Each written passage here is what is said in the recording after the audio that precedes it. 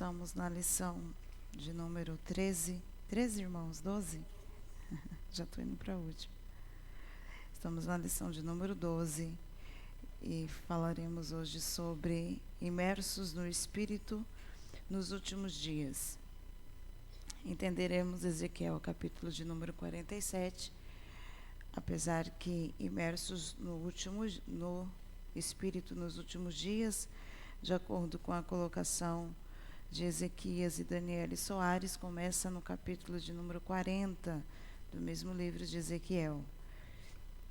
E quando nós vemos aqui essas águas que tanto pregamos, né? Os pregadores gostam de pregar sobre Ezequiel, capítulo de número 47. Essas águas é para que tempo? Para quando é essas águas? Será que essas águas já começou nos dias atuais? Será que nós já estamos mesmo, como dizem os profetas e os pregadores? Será que nós já estamos participando dessas águas? Que águas são essas? Nós entendemos que essas águas tipificam o Espírito Santo, que flui do templo, conforme lido nesta noite, ele flui do templo do Senhor. Mas para quando é? De acordo com a explicação bíblica, essa profecia também ainda não se cumpriu. Ela é uma profecia que ainda vai se cumprir. Essa que temos aqui é uma profecia futurística. Quando o profeta, Ezequiel vê essa visão, ele vê no futuro, ainda não era para o tempo dele e também ainda não é para o nosso tempo. Ainda é algo que vai acontecer. Essas águas que fluem do templo é o templo que está no milênio. Então ainda não chegamos nesse período milenial. Então são águas que ainda irão fluir de dentro desse templo. Porém, quando se trata da pessoa do Espírito Santo, o mesmo Espírito Santo que estará no milênio é o mesmo Espírito Santo que esteve no início e é o mesmo Espírito Santo que foi derramado sobre a igreja. Então nós podemos sim vivenciar essas características nos nossos dias também. Por quê? Porque se trata da mesma pessoa, se trata do mesmo Espírito. Então o mesmo Espírito que nós vemos dentro dessa visão, que por onde ele vai passando, ele vai levando vida àquilo que está morto, é o mesmo Espírito que habita em nós nos dias de hoje. E a função dele continua sendo a mesma. Então, pode-se pregar Ezequiel 47 nos dias de hoje? Pode aplicar Ezequiel 47 para nós nos dias de hoje, para a igreja nos dias de hoje? Sim, pode. Desde que explique que Ezequiel 47 é uma profecia futurística, é uma profecia que ainda vai se cumprir, e explique que estará usando o texto como uma forma tipológica, aplicando para os dias de hoje. Aí sim, ela pode ser ministrada. Tudo bem até aqui? Vamos para a introdução, uma lição super fácil. Vamos para a introdução. Essa primeira parte do capítulo 47 é a continuação da visão do templo de Ezequiel, capítulo 40. A primeira parte, o versículo do 1 ao 6, se concentra nas águas que fluem de debaixo do umbral do templo. E à medida que essas águas sanadoras vão fertilizando as áreas estéreis do Vale do Mar Morto, segue aumentando seu volume, até se tornar um rio caudaloso. A segunda parte, do versículo 7 ao 12, descreve o efeito milagroso dessas águas, trazendo vida ao Mar Morto e a toda a região do Arabá. A presente lição foca o aspecto escatológico da visão, mostra a implicação pneumatológica da profecia e o contexto geológico do Vale do Mar Morto. Então, nós falaremos aqui sobre essa implicação pneumatológica e também geológica. A região onde estava esse Mar Morto, falaremos dessa terra, que era terra estéril, terra infrutífera, porém quando o Espírito Santo, essas águas que tipifica o poder do Espírito Santo, quando passa por essas terras secas, quando passa por essas terras inférteis, ela é capaz de trazer vida onde está seco, trazer vida onde é estéril. Sobre isso que falaremos então hoje. Tudo bem? Tudo tranquilo? Podemos prosseguir? Primeiro tópico sobre o aspecto escatológico. Aqui nesse primeiro tópico nós vamos falar sobre a nascente do rio, o guia celestial e os novos frutos. Então, aspecto escatológico. Quando falamos escatológico, nós estamos falando de algo que está no futuro, né? Que ainda não aconteceu, escatológico, que ainda vai acontecer. A escatologia, ela é o estudo das coisas futuras. Então, qual o aspecto escatológico dessa visão? A nascente do rio. Vimos na primeira lição do trimestre que o livro de Ezequiel antecipa o aspecto apocalíptico nas Escrituras Sagradas. A visão dessa passagem é futurística e literal, e as evidências, tanto internas quanto externas, dão sustentação para uma interpretação escatológica e literal. O umbral da casa é uma referência ao templo da visão do profeta. Os detalhes desse complexo, como dimensões de áreas, dependências e medidas, sugerem um templo literal. Isso é simples de entender. Se os dois que foram destruídos, o de Salomão e de Herodes, eram literais, não faz sentido o novo templo ser uma mera visão idealista, como símbolo ou figura para transmitir ideias ou simbologia. De igual modo, a promessa divina do novo templo é também literal. Vamos ler Ezequiel capítulo 40, o verso 1 e 2. A visão que Ezequiel tem aqui, eu disse para os irmãos que alguns pesquisadores, alguns estudiosos, eles dizem que esse templo era um templo simbólico, não era um templo literal. Mas quando Ezequiel ele começa a dar característica desse templo, por exemplo, o umbral da porta, ele começa a dar medidas a esse templo, nós entendemos que é um templo físico, um templo que será literal, ou seja, falamos isso ao último domingo, vai ter um templo real, físico, no milênio, não vai ser apenas simbólico, esse templo vai existir. Se o templo de Salomão foi literal, foi físico, o templo de Herodes também foi físico, literal, por que o templo do milênio vai ser simbólico? E se é simbólico, por que é que ele fala tão especificamente, ele dá características, ele fala de medidas, então nós entendemos que será um templo literal no futuro, no milênio. No ano 25º do nosso cativeiro, no princípio do ano, no 10º dia do mês, 14 anos depois que a cidade foi ferida, naquele mesmo dia veio sobre mim a mão do Senhor e me levou para lá. Em visão de Deus, me levou à terra de Israel e me pôs sobre um monte muito alto. E havia sobre ele como edifício de cidade para a banda do sul. Esse edifício, pelas medidas que o texto vai nos mostrar, Ezequiel vendo, esse edifício, esse templo, então acreditamos que seja um templo também literal. Vamos ler Joel, capítulo 3, verso 18, e depois Zacarias 14, 8. Joel, capítulo 3, verso 18. Os irmãos estão bem? Estão com frio? Frio no fevereiro, né, irmãos? Quem diria? Vamos ler daqui a pouquinho agora, Joel 3,18. E há de ser que naquele dia os montes destilarão mosto, e dos outeiros manará leite, e todos os rios de Judá estarão cheios de águas, e sairá uma fonte da casa do Senhor, e regará o vale de Sitim.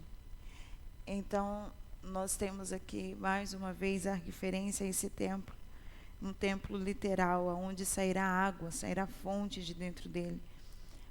E agora nós temos Zacarias capítulo 14, verso 8. Zacarias 14, verso 8,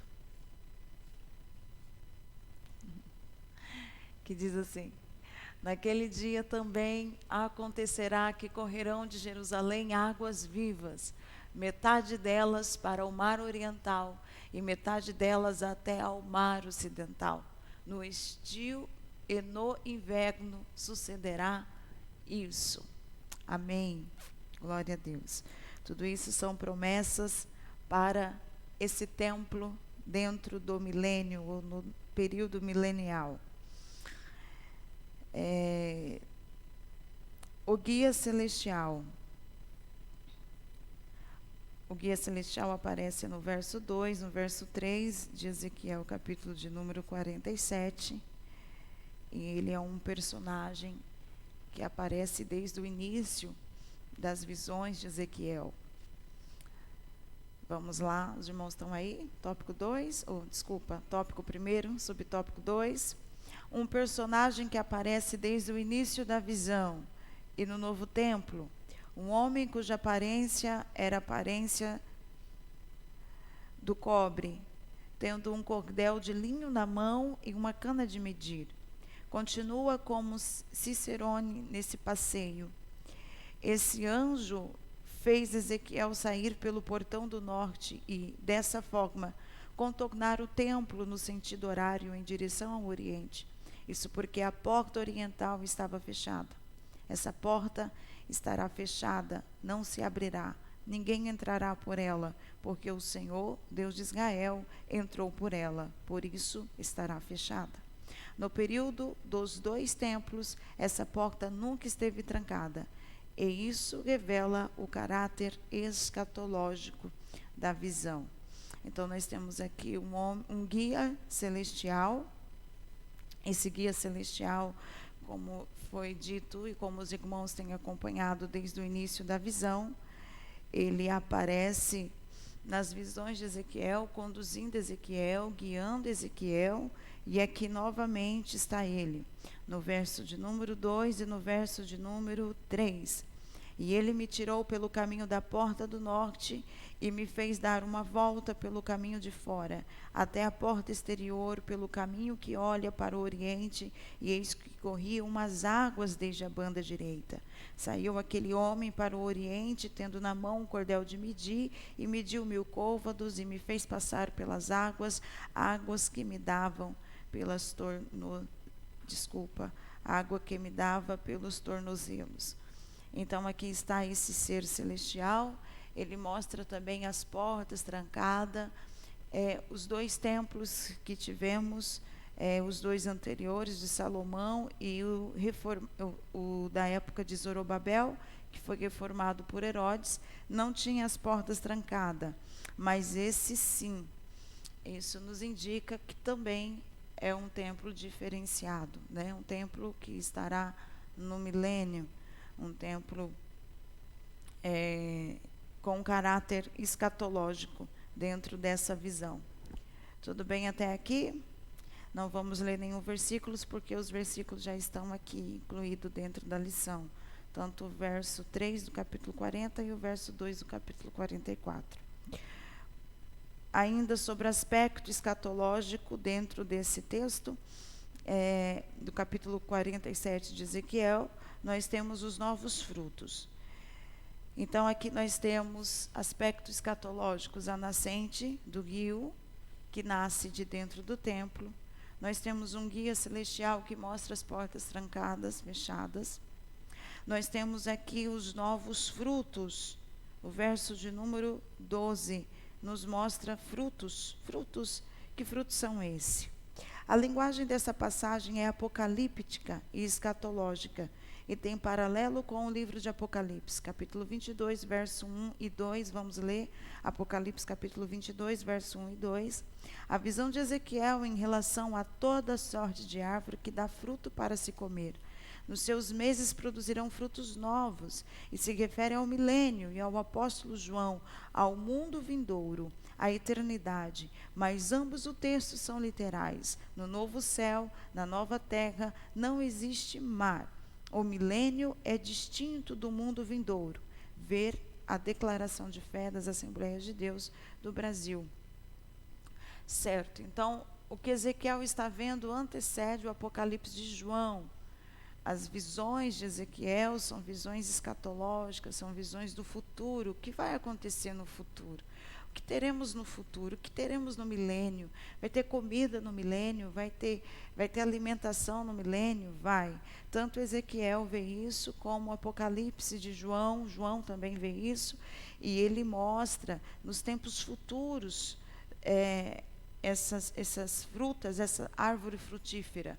E mostrou-me o rio puro da água da vida, claro como cristal, que procedia do trono de Deus e do Cordeiro. No meio da sua praça e de uma e de outra banda do rio, estava a árvore da vida, que produz 12 frutos, dando seu fruto em mês, e as folhas da árvore são para a saúde das nações. Então teremos no milênio fruto, teremos árvore, teremos plantação, teremos vegetação, e esses frutos, o seu fruto será para alimento, e as folhas dessas árvores serão folhas medicinais, serão folhas que produzirá saúde.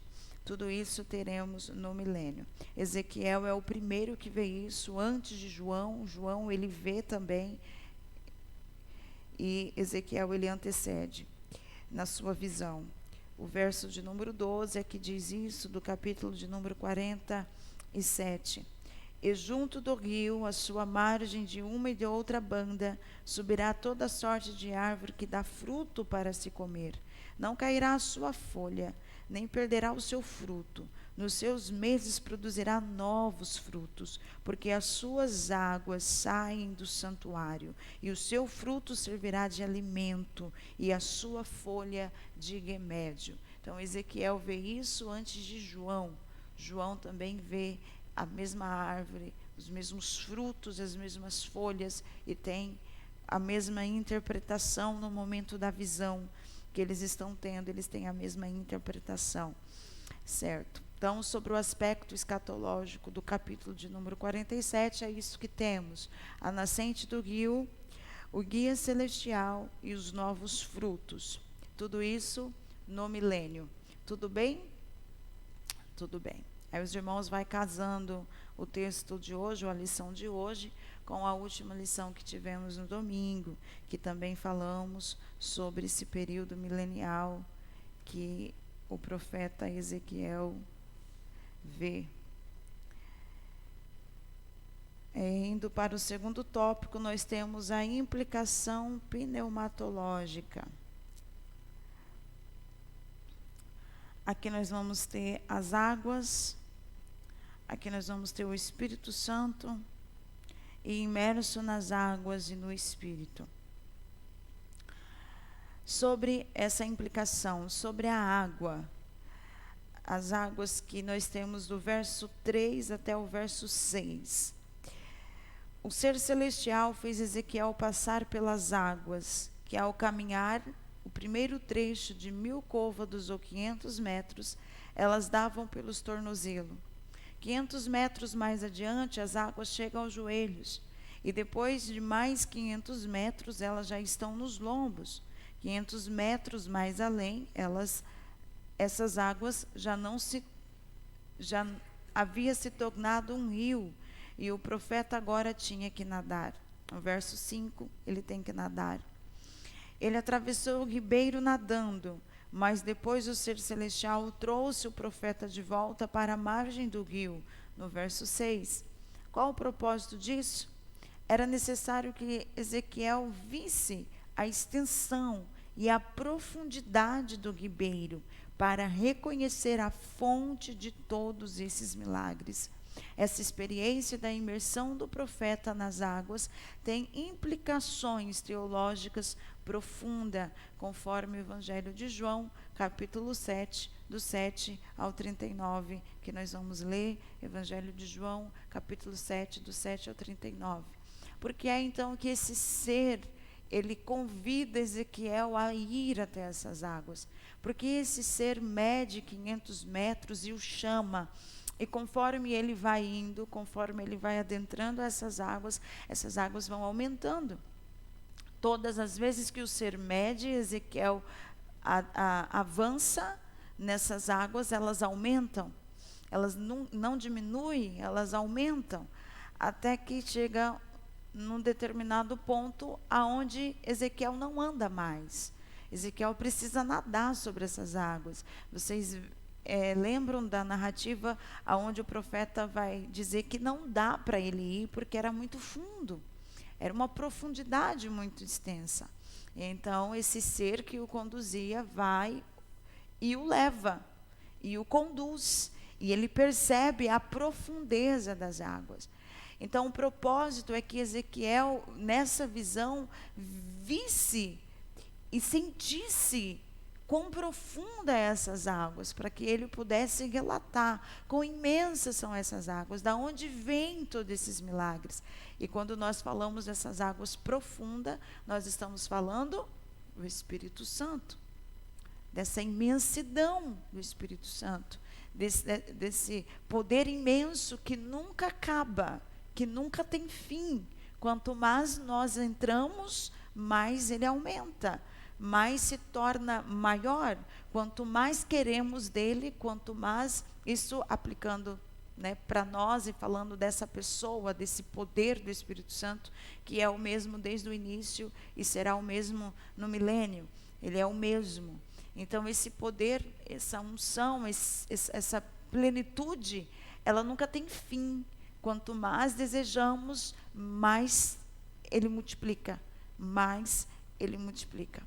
Então, nós temos aqui a leitura de João, capítulo 7, o verso de número 37 ao 39, diz-nos assim, é Jesus quem diz isso, né? João narra, né, a respeito de Jesus. E no último dia, o grande dia da festa, Jesus pôs-se em pé e clamou, dizendo: se alguém tem sede, que venha a mim e beba. Quem crê em mim, como diz as Escrituras, rios de águas correrão do seu ventre. E isso disse ele, do Espírito, que havia de receber os que nele crescem, porque o Espírito Santo ainda não fora dado, por ainda Jesus não ter sido glorificado. Então Jesus ele vai falar sobre o Espírito que flui de quem? Daquele que crê, daquele que acredita. Quem crê em mim, dizia Jesus, fluirá de dentro dele o quê? Rios? Rios? É assim que está escrito? Rios de águas vivas? Fluirá dele então, mas primeiro precisa crer. E de quem que Jesus falava aqui, conforme João narra? Quem que é esse rio? De quem que Jesus estava dizendo? Quem que Jesus estava falando? Do Espírito Santo. Porém, João deixa claro que o Espírito Santo ainda não tinha sido dado, não tinha sido derramado, porque Jesus ainda não tinha sido glorificado, ou seja, porque Jesus ainda não tinha sido morto, ressuscitado e recebido um corpo glorioso e se tornado assunto no céu. Então é isso que Jesus está dizendo. Então ainda não foi dado, porque o nome ainda não foi glorificado.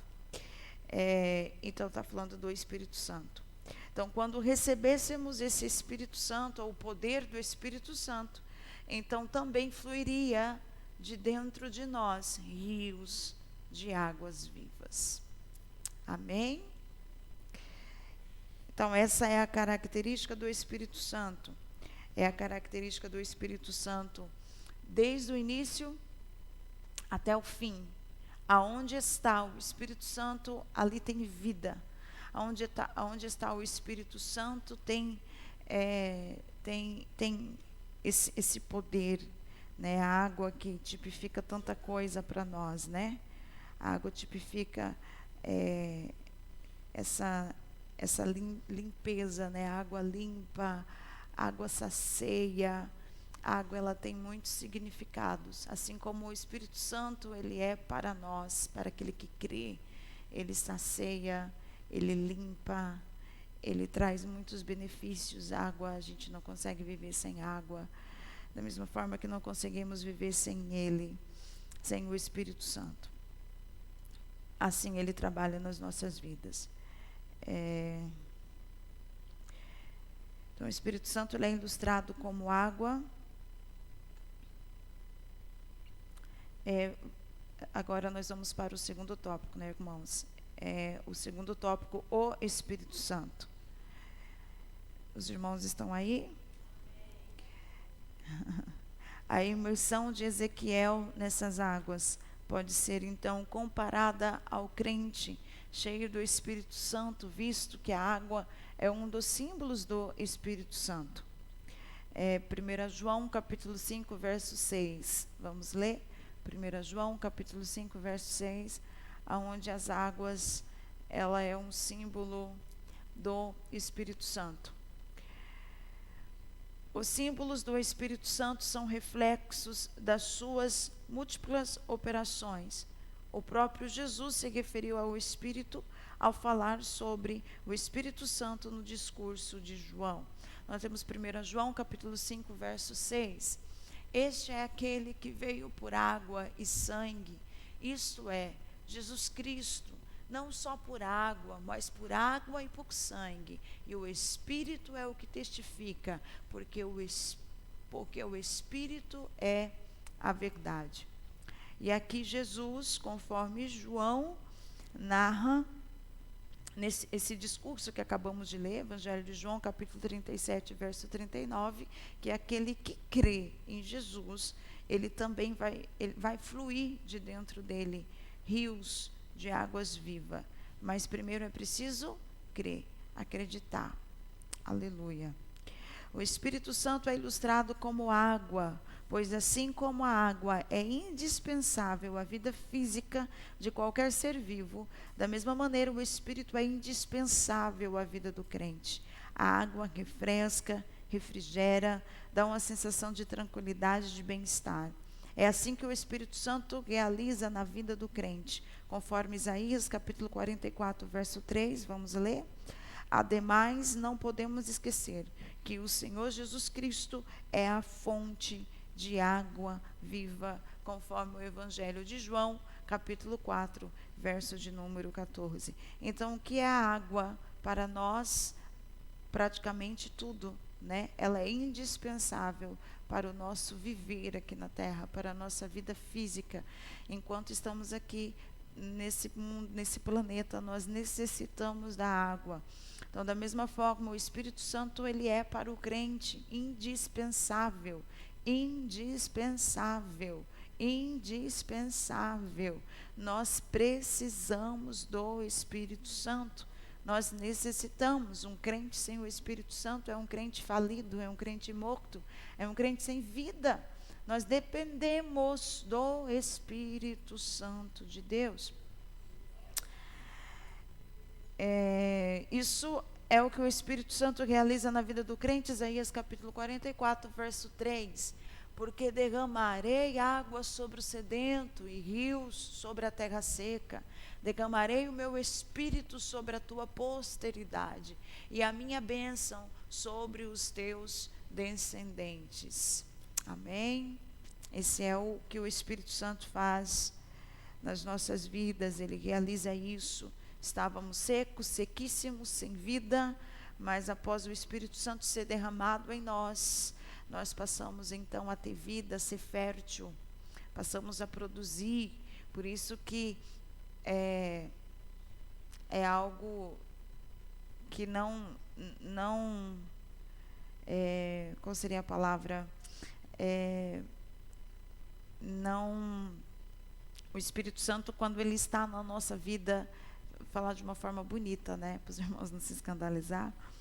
O Espírito Santo, quando ele está na nossa vida, então a gente consegue produzir, entende? A gente consegue desenvolver, frutificar.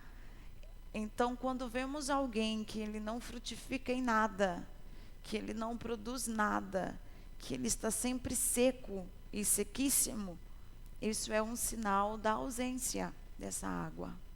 da ausência desse Espírito Santo. Entende? Então, onde está o Espírito Santo, ali tem vida. Onde está o Espírito Santo, ali tem frutificação.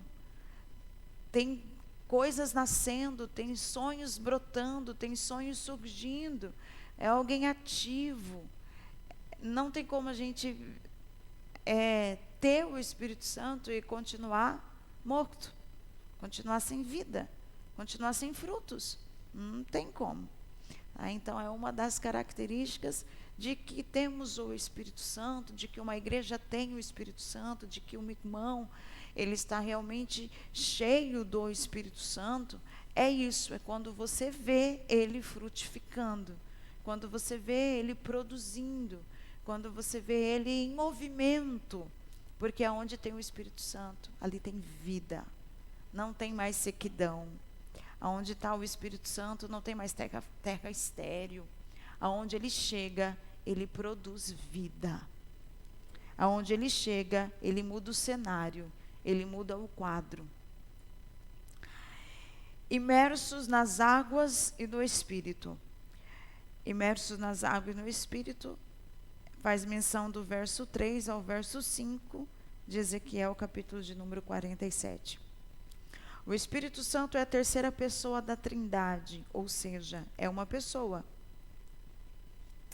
Irmãos, antes disso, eu vou voltar ao tópico 2 ainda, que nós temos aqui o capítulo 4 e o verso 14, quando Jesus, ele declara à mulher samaritana, Jesus, que ele era a fonte de água viva. Deixa eu só terminar com os irmãos esse versículo que eu não li. Evangelho de João, capítulo 4, verso 14. Mas aquele que beber da água que eu lhe der, nunca terá sede, porque a água que eu lhe der se fará nele uma fonte de água a jorrar para a vida eterna. Isso aqui é o que Jesus produz na vida de quem está nele, na vida de quem permanece nele. Ele produz essa água que é capaz de saciar quem bebe e também jorrar para os demais. Agora sim, imersos no Espírito. O Espírito Santo é a terceira pessoa da Trindade, ou seja, é uma pessoa, conforme Mateus capítulo 28, verso 19. Como ele pode ser uma pessoa e os crentes serem cheios dele? Todos foram cheios do Espírito Santo, conforme Atos capítulo 2, verso 4. Ser cheio do Espírito Santo é uma expressão que indica estar o cristão nos domínios do Espírito Santo, conforme Atos capítulo 4, verso 8, e Efésios capítulo 5, verso 18. Isso está bem ilustrado na visão de Ezequiel, inundado nas águas sanadoras que brotam do templo de Deus, conforme Ezequiel capítulo 3, Ezequiel capítulo 47, do verso 3 ao verso 5. Ora, quem é o Espírito Santo? Ele é uma pessoa. Por que ele é uma pessoa? A terceira pessoa da Trindade. E ele é uma pessoa porque ele tem todas as características de uma pessoa, né? Ele tem vontade, ele fala, nós encontramos o texto sagrado mostrando tudo isso. Ele fala, ele tem vontade, ele tem as escolhas, né? Então, ele tem sentimentos, né? Então, todas as características de uma pessoa, o Espírito Santo tem, conforme nós lemos no texto sagrado, tá? Tem sentimentos, fala, como eu já disse aos irmãos, ele convence, está em ação, né? Está em movimento. Então, nós temos aqui, e aí como que ele pode habitar em nós, como que ele habita em nós, como que podemos ser cheios do Espírito Santo? O que significa ser cheios do Espírito Santo? Se ele é uma pessoa, como que ele pode nos encher? Então, ser cheios do Espírito Santo, conforme colocado por Ezequias e Daniele Soares, é estar no domínio do Espírito Santo.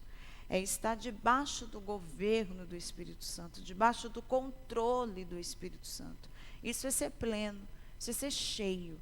É a partir do momento, é aquela ilustração que a gente fala.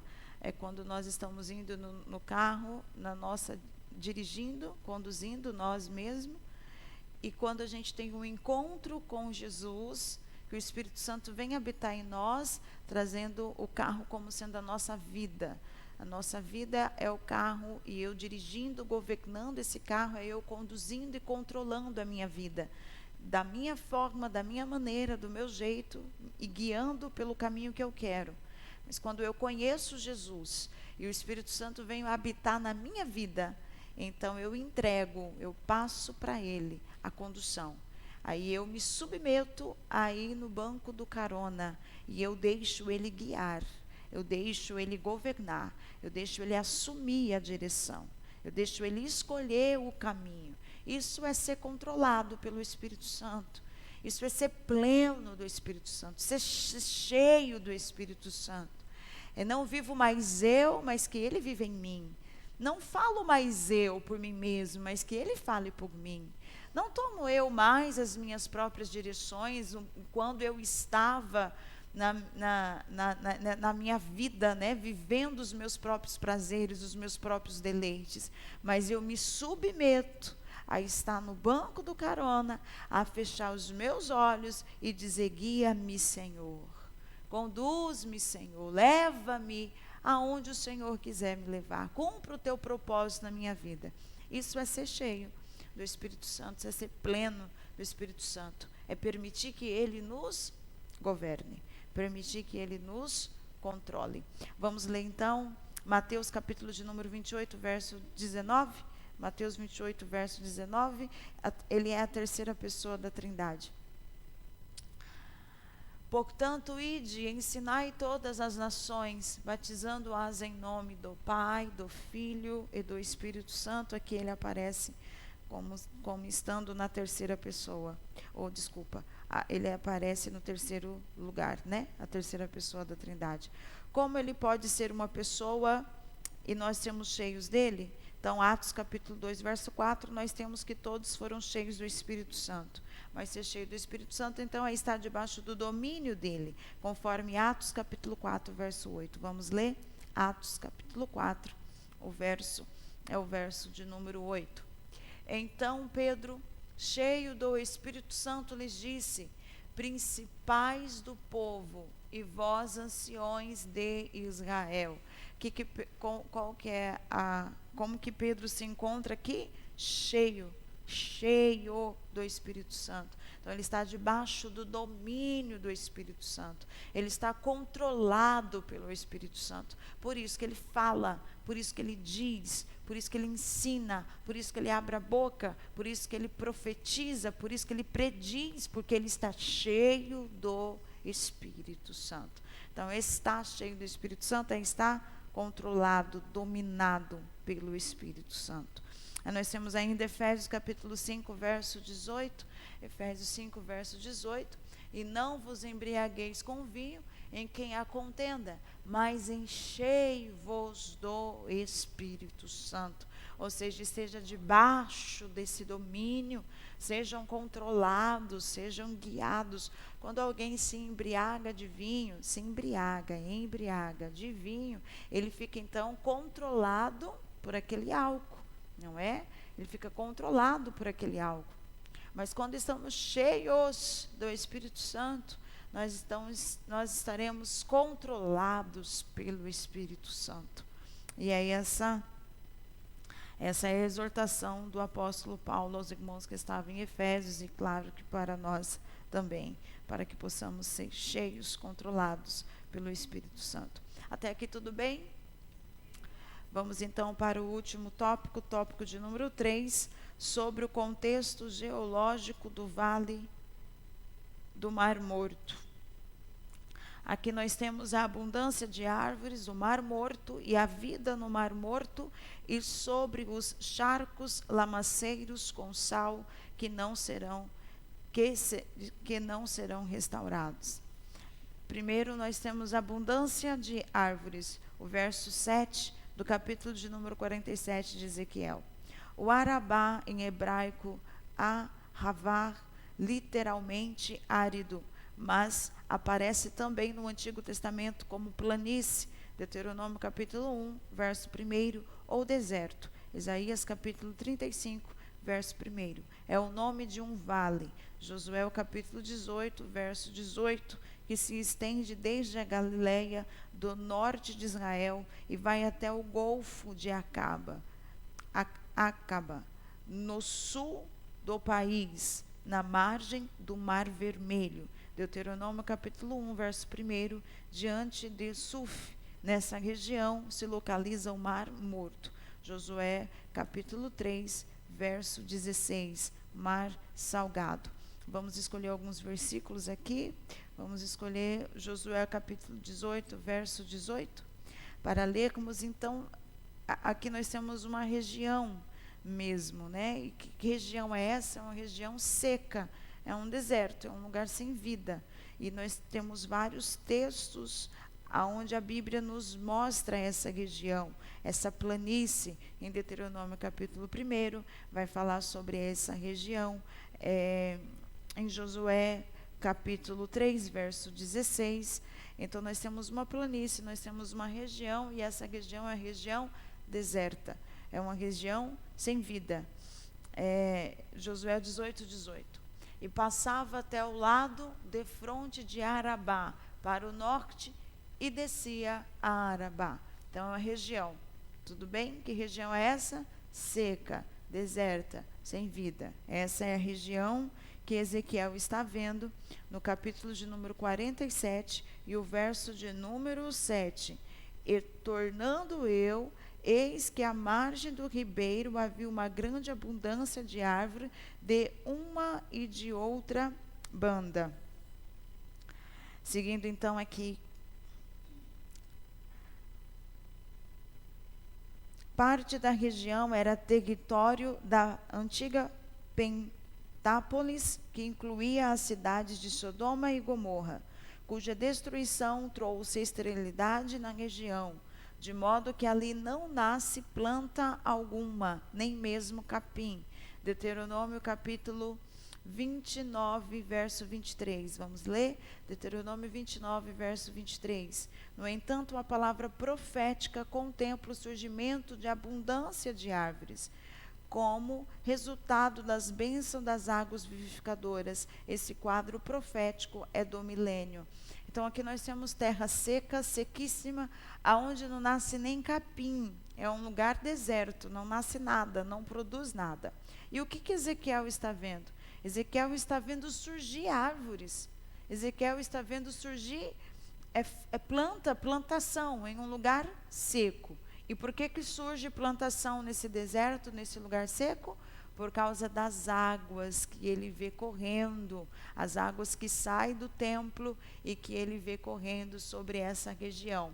Por onde as águas vai passando, de acordo com a narrativa, essas águas vai passando e vai tirando a esterilidade e vai produzindo vida. Tudo isso é no milênio. No milênio. Dias atuais, esse local aqui é um local seco, sem plantação nenhuma. Deuteronômio capítulo 29, verso 23. E toda a sua terra abraçada com enxofre e sal, de sorte que não será semeada, e nada produzirá, nem nela crescerá erva alguma, assim como foi a destruição de Sodoma e de Gomorra, de Admá e de Zeboim, que o Senhor destruiu na sua ira e no seu furor. Então, sempre foi assim essa região de Sodoma e Gomorra, por exemplo, ela sempre foi assim, um local deserto, um local onde não se produz nada? Não. No início, quando Ló vai para lá, os irmãos notam que Ló foi exatamente porque era um lugar bonito, um lugar verdejante, onde tinha as campinas verdes, e isso chamou a atenção de Ló. Isso no Gênesis, quando nós vemos a separação de Abraão e Ló. Mas após ela ser destruída, essa região, após ser destruída, então fica uma região onde não se produz nada. Nada se produz aqui. Mas quando nós chegamos no milênio, conforme a visão de Ezequiel, quando chegar nesse período milenial, esse local que é deserto, ele vai frutificar novamente por causa das águas que correrão por meio deles. O Mar Morto, versículo de número 8.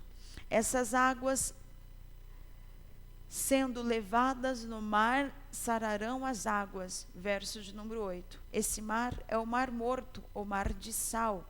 Gênesis capítulo 14, verso 3. Mar Salgado. Josué capítulo 3, verso 16. Mar das Campinas, ou Mar da Arabá. Deuteronômio capítulo 3, verso 17. É tudo o mesmo mar, com nomes diferentes, porque é um mar que não produz nada. Esse mar, nós temos ele, em dias atuais, é um mar que não produz nada, ele é salgado, muito salgado, e ele não tem vida, não tem vida nenhuma, não existe nenhum peixe, vida nenhuma nesse mar.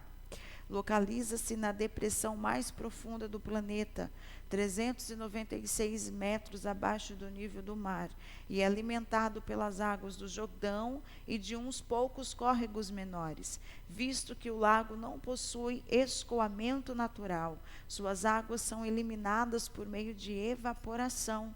Essas águas possuem uma salinidade incomum, que vem desses riachos fluindo através de solos salitrosos, alimentados por fontes sulfurosas. Não há vida nessas águas, que contêm mais de 30% de sais minerais, ao passo que a medida dos oceanos é de 3%. É uma fonte de riqueza. É isso mesmo, É uma fonte de riquezas minerais. Então, que mar é esse? Os outros mares possuem 3%, os outros oceanos têm na média 3% apenas dessa salinidade, mais o Mar Morto, o Mar Salgado, ele possui aqui 30% de sais minerais. Então você vê que é elevadíssimo, ou seja, não produz vida nenhuma. Os irmãos que estão aí já fizeram o ensino médio, Eu já, na verdade, aprendi no fundamental, sobre o Mar Morto, já aprendi no fundamental. Então, os irmãos já têm noção do que estamos falando. Os irmãos que não têm, é só pesquisar, Os irmãos vão ver a respeito desse mar, que não produz vida nenhuma. E é exatamente esse mar, aonde esse rio da profecia, da visão de Ezequiel, aonde esse rio vai entrar, as águas do Espírito vai se encontrar com esse Mar Morto, e ele vai ter a capacidade de produzir vida. Que coisa linda, Tudo isso no milênio. Vida no Mar Morto. Aí nós temos aqui esse mar que não tem vida, no milênio terá vida. Verso de número 9, verso de número 10 do capítulo 47 de Ezequiel. A chegada das águas vivificadoras do templo revive o Mar Morto, e o resultado é a grande multiplicidade de peixes, como no Mar Mediterrâneo, o Mar Grande. Isso faz lembrar da criação no princípio do Gênesis. Os pescadores em Engedi até Englaim lançarão suas redes para apanhar os peixes, um cenário nunca visto até então na história. Engedi é um pequeno oásis localizado no deserto da Judeia, próximo do Mar Morto. Josué capítulo 15, verso 62, onde Davi se acampou quando perseguido por Saul. Englaim é uma localidade desconhecida. Há quem afirma que fica na outra margem do mar, que seria hoje a Jordânia, mas a linhagem parece indicar sentido norte-sul e não leste-oeste. Então, o que temos aqui em Ezequiel capítulo 9, Ezequiel 47, verso 9 e 10, e será que toda criatura vivente que vier por onde quer que entrarem, esses 2 ribeiros viverá, e haverá muitíssimo peixe, porque lá chegarão essas águas e sararão, e viverá tudo por onde quer que entrar esse ribeiro. Será também que os pescadores estarão juntos dele, desde Endi até Englaim. Haverá lugar para estender as redes. O seu peixe, segundo a sua espécie, será como o peixe do mar grande, em multidão excessiva. Então, o que vai ter nesse mar? Vida. Vai ter peixe como nunca houve na história. Nunca houve relato de vida aqui, mas terá vida. E aqui os pescadores poderão lançar a sua rede e eles puxarão muitos peixes. Tudo isso no milênio, tá bom? São profecias para o futuro, para um futuro distante de quando Ezequiel profetiza, e também para um futuro nosso, porque isso ainda não aconteceu nos nossos dias, mas acontecerá no milênio. E porque terá vida? Porque essas águas que saem do templo, essas águas, aonde passar, ela tem o poder de produzir vida em lugares secos, em lugares onde tem morte, ela tem poder de trazer vida. Irmãos, tópico 3 e o subtópico 4. Sobre os charcos lamaceiros com sal que não serão restaurados. O verso de número 11 do capítulo de número 47. Mas os seus charcos e os seus lamaceiros não sararão, serão deixados para sal. Há ainda muita controvérsia. Como a visão não se estende além das águas da salvação que flui do templo. Talvez a morte continue nesses buracos salinos. Aí nós temos várias narrativas, Isaías, Jeremias e Apocalipse. A criação do milênio em Isaías indica haver pecado e morte em escala reduzida, nascimento e envelhecimento. Mas há quem afirme que esses charcos serão de grande utilidade para a economia por causa da abundância das riquezas minerais, até para o tempero, como sal para o sacrifício. Mas não há unanimidade sobre nenhum desses pensamentos. Então, Ezequiel, ele tem a visão, e como eu disse para os irmãos, é para um tempo futuro, é para o milênio. Ele simplesmente tem a visão, ele vê da maneira que ele vê, ele relata. E aí vem os historiadores, vem os teólogos, vem os biblicistas, os pesquisadores, tentar entender, tentar interpretar o texto. E então a gente tem várias formas de pensar. Do mesmo texto, tem vários posicionamentos diferentes. E enquanto ele está falando sobre essas águas que vai passando e vai trazendo vida e produzindo e gerando vida, nessas regiões desertas, no Mar Morto, onde não produz nada, e daí vai produzir no milênio, aí chega no verso de número 11, ele diz: mas os seus charcos e os seus lamaceiros não sararão, serão deixados para sal. Tá. E por que eles não sararão? Por que vai ficar deixado para sal? Ezequias Soares e Daniele Soares deixam aqui dois pensamentos diferentes a respeito do que vai acontecer no milênio. Primeiro, eles colocam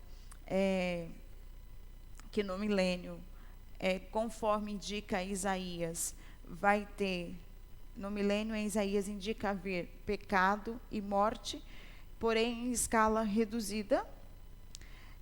E pode ser que signifique isso, de acordo com alguns pensadores dentro desse texto, mas também pode ser que indique algo que vai ser útil para a economia dentro do milênio, né? Porque esses lugares onde vai ficar esse sal, ali nós teremos muitos minerais. E também vai servir para tempero, ou também para os sacrifícios que vão ser realizados também no milênio. Então, são suposições, mas que ninguém consegue chegar a um acordo unânime do que significa isso, porque que vai continuar ali os seus charcos e os seus lamaceiros, e não serão sarados, e eles vão ser deixados para sal.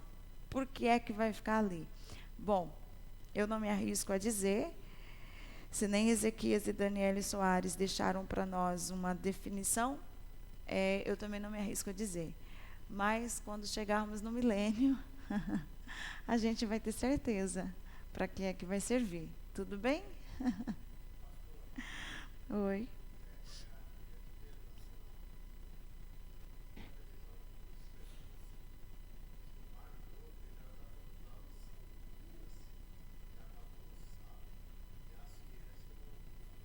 Não tem explicação. Uhum. Uhum. Não afunda, isso mesmo. Você vê que lindo? Logo chegamos a um tempo onde vai produzir vida, e muita vida. Em nome de Jesus, né? Se assim diz o texto, assim será.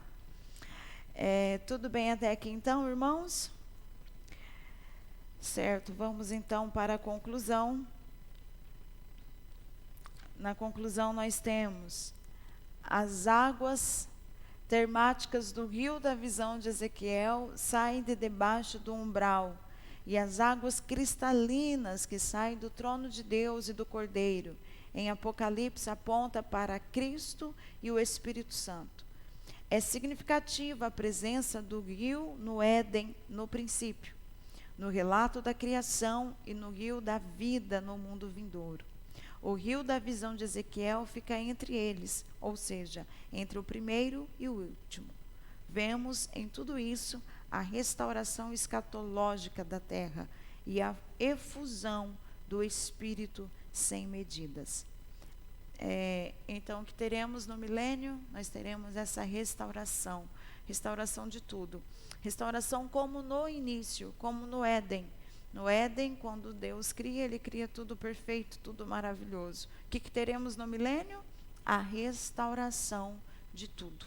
Da forma como era no Éden, nós teremos então no milênio essa restauração. Tudo isso pelo poder do Espírito Santo.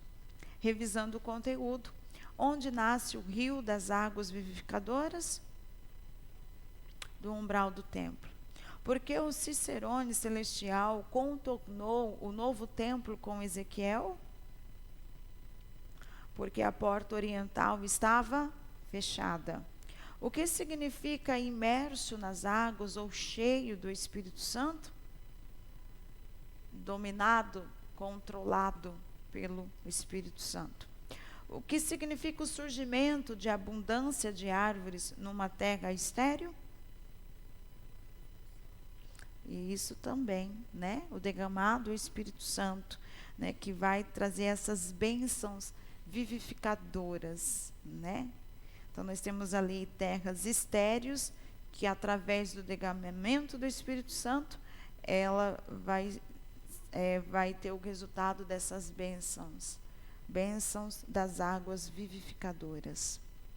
O que acontecerá com as águas do Mar Morto com a chegada das águas vivificadoras? Vida. A chegada das águas vivificadoras do templo revive o Mar Morto. E o resultado é a grande multiplicidade de peixes no mar Mediterrâneo. Meus irmãos, que Deus os abençoe.